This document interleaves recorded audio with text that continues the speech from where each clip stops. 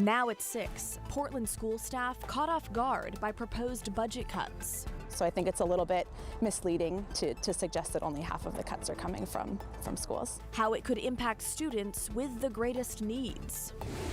Plus, the search for expensive instruments stolen from a local musician. And I found that 7 guitars were missing, 2 microphones, and my studio computer was also missing.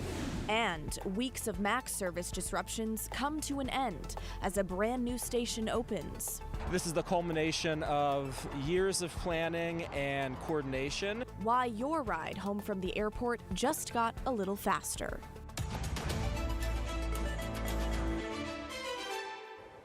Thanks for joining us at 6. I'm Blair Best. $30 million.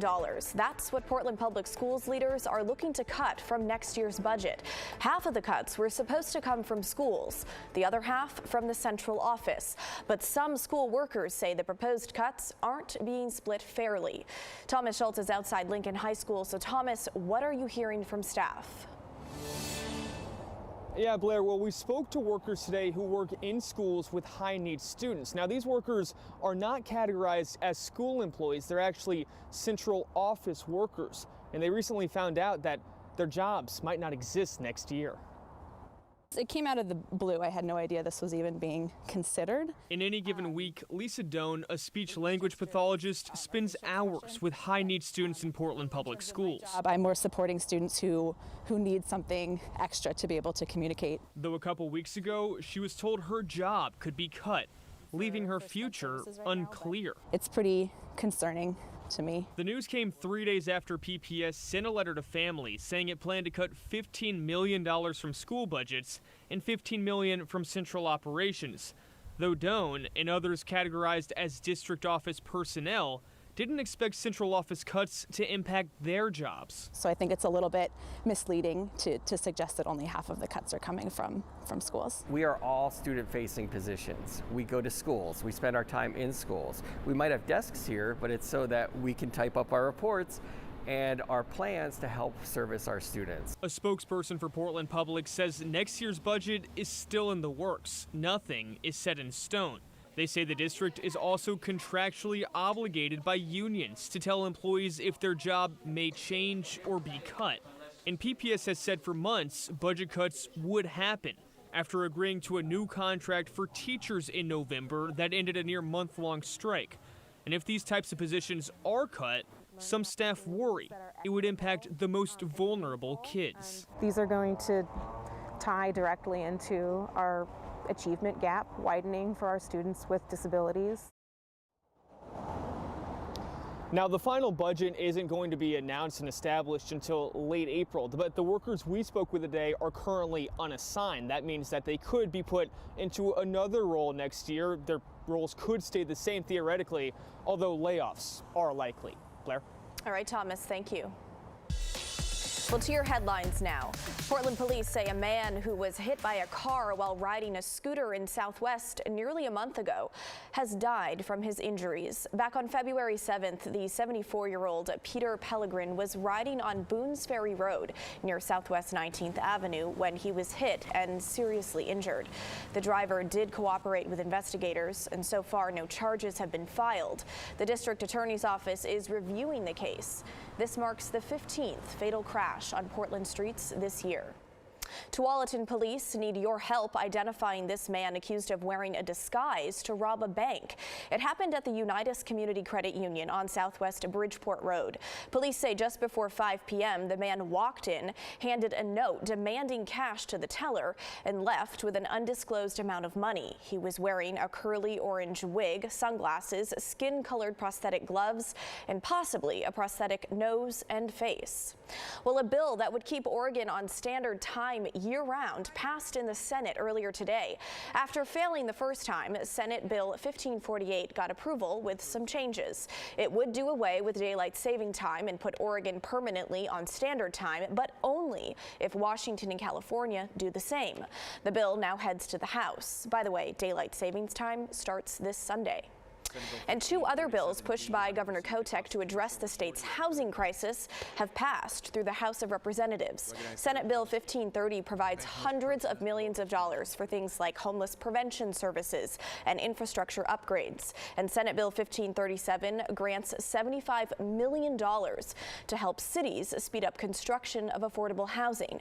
That one also allows cities a one-time expansion of their urban growth boundaries. Both bills already passed the Senate last week. And the pattern of winter weather continues to hold across the Pacific Northwest. Check out this crazy video of snow out on the Oregon coast this morning. This was shot by KGW photojournalist Ken McCormick along Highway 26 in the Coast Range, where they got several inches overnight. Clearly more than enough for ODOT to bring out the plows there.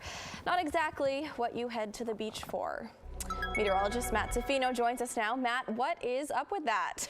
Pretty wild, right? I mean, we've been talking about this for the last several days. I know Joe Rainieri covered that over the weekend, that there would be snow in the Coast Range. So, you know, it happens. This is a very low snow level we've been dealing with for the last several days. But the good news is, if you don't like snow, that snow level will begin to rise as we go through the week. And perhaps the even better news, if you don't like wet weather, is we're going to dry out. 42 right now in Portland. It has dried out a bit. There really hasn't been that much rain in the valley today. Out of the coast, yeah, there's some clearing out there, and we saw some sun at Newport earlier, but it's chilly. It's 39 on the beach, so it doesn't take much elevation to get into the snow, as we just saw in the Coast Range. And looking on Doppler radar, that's where it's snowing the hardest right now, more so there than in the Cascades. There is snow in the Cascades, but the heavier snow is in the Coast Range. Still showers pouring into the Oregon coast.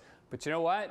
It's going to dry out, finally. You see Southern Oregon's getting snow and rain there, and that's where the heaviest precipitation will be over the next 24 hours. This is where the winter storm warnings are inland from Curry County, clear on through Harney County there.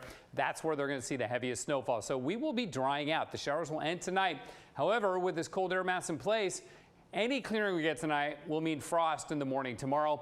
That's a small price to pay, though, for dry weather and sunshine right on through Friday, Blair. Of course, the weekend follows, and so does another change in the weather. We'll talk about that in a bit. Back to you. All right, Matt, thanks so much. A local musician is out more than 10 grand after thieves broke into his North Portland recording studio and stole rare guitars and other equipment. Joe Rainieri is here to explain how he believes the thieves got in. Joe. Well, Blair, this break-in took place sometime last weekend at Colin Hegna's Revolver Studios in North Portland on North Kirby. He thinks whoever was behind this was able to break into his studio by busting the handle of a door off using a fire extinguisher. That was the first door they broke.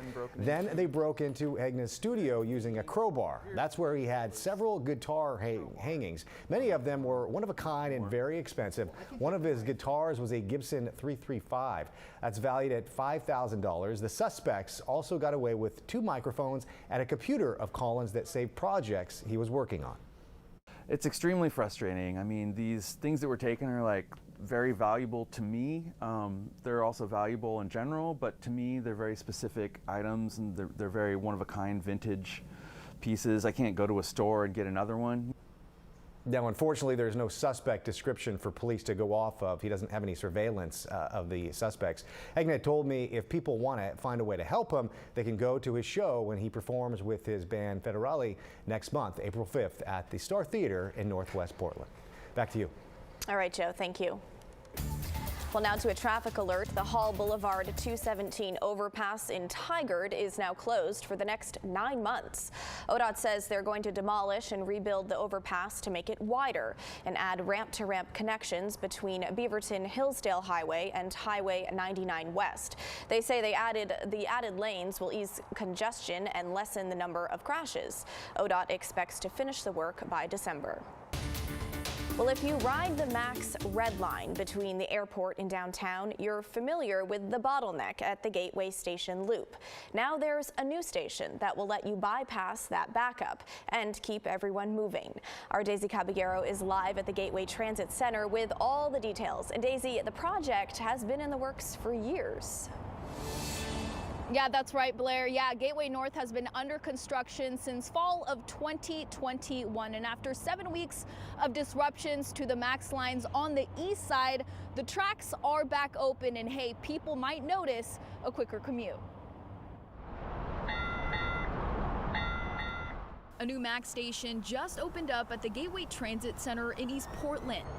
This project would not have happened without the help of our partners. TriMet and city leaders, including Mayor Ted Wheeler, held a press conference Monday morning to discuss this significant milestone that's part of TriMet's Better Red project, a nearly $100 million investment to Portland's public transportation. This is the culmination of years of planning and coordination. The Gateway North Max station has been under construction for the last 2.5 years, bringing long disruptions to riders on Max Blue, Green, and Red lines. Though TriMet leaders share it was all done with a goal in mind. This means better reliability for the Max Red line in particular, but for the entire Max system. Better reliability is something riders say they can too appreciate. I don't use the system a ton, but it's nice to be able to have it available when I want it. This project not only added 2.5 miles of new tracks from the Gateway Transit Center to PDX, but it also opens the opportunity to bring an economic boost to the central city. It connects us economically, it connects us socially, it gives people the opportunity to get around town easier, and so I think this is just terrific for us. The new station offers new shelters, lighting, and digital displays, as well as a walking and bike path that connects it to the transit center. TriMet plans to open an extension of the Red Line to 10 Max stations out to Hillsborough. The entire Better Red project is set for completion sometime this summer. And riders for the Max Blue line in Hillsborough can expect one more disruption, all thanks to the Better Red project. Now, this will be between Saturday, March 16th and Sunday, March 24th. Blair, back to you. All right, Daisy, thanks so much.